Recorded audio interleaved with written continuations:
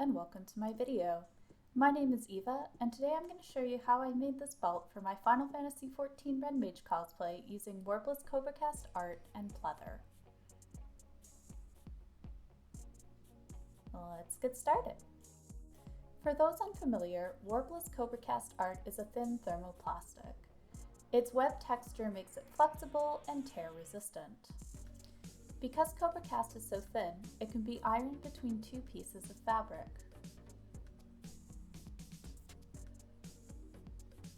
Then it can be formed into shape while the piece is still warm and malleable.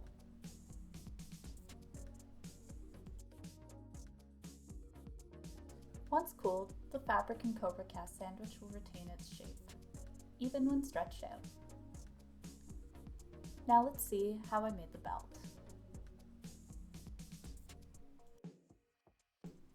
I start by creating a pattern for the belt out of craft foam. This helps me figure out how it's going to look and make sure it's the right size on my dress form before I cut materials. For the front piece, I cut two same size pieces of pleather, 2 pieces of Kobracast, and 2 oversized pieces of pleather so I can fold over the edges to finish them later.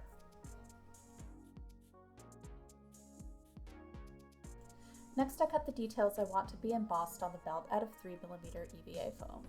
This is hard light foam purchased from Artawigs.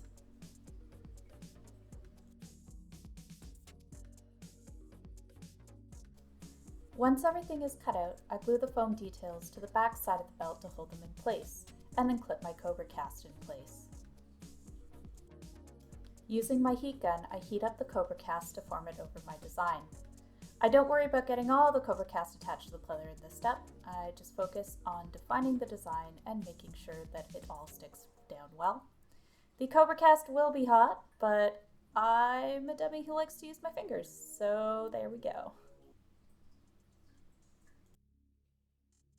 Don't be afraid to heat it up a couple of times to really get your design in there. Don't worry about imperfections. You can always heat up the Kobracast and fix it later. Once the design is locked in, I sandwich the Kobracast in between the smaller and larger pieces of pleather and iron it to fuse it all together. I'm using a press cloth here because iron plus pleather equals bad and I don't recommend it.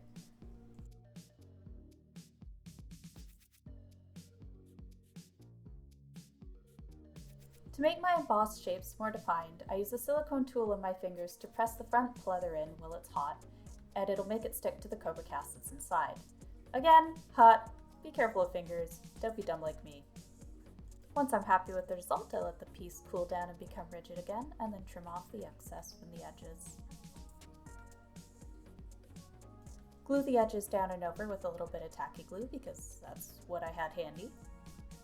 And top stitch it all down on my sewing machine for a clean finished look.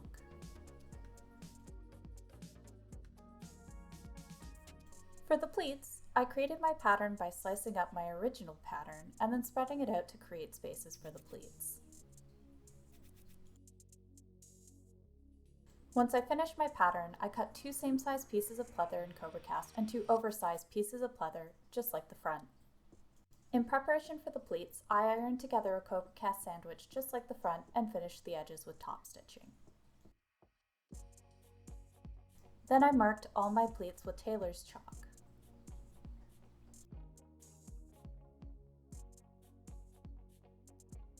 Finally, I use my iron to activate the Kobracast and form my pleats while the piece is warm and pliant.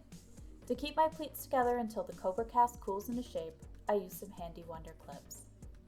Kobracast is perfect for creating pleats, especially in difficult fabrics like pleather, because it has memory and will hold its shape once cooled. Once I'm done adding in the pleats, I give everything one final press and set the pleats aside to cool. Okay, on to the back pieces.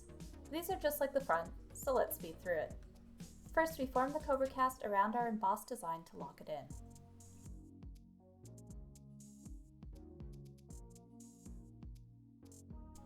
Then we iron the oversized piece of pleather on top of the smaller piece of pleather to create a nice, warm Kobracast sandwich, making sure to press in our embossed design.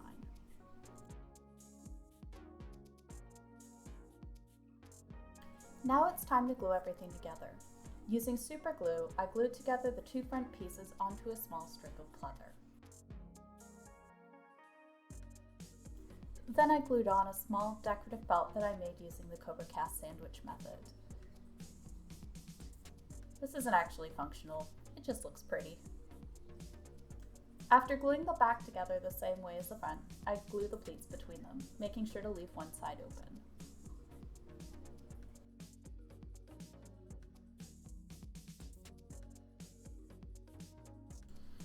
On the remaining open side, I glue snaps that I've sewn onto small bits of pleather to help them hold. This way I can take the belt on and off easily. And that's it! I hope this tutorial was helpful, and if you're interested in learning more about Kobracast or trying some out for yourself, head over to worbla.com or cosplaysupplies.com. Links in the description. Until next time, Eva out.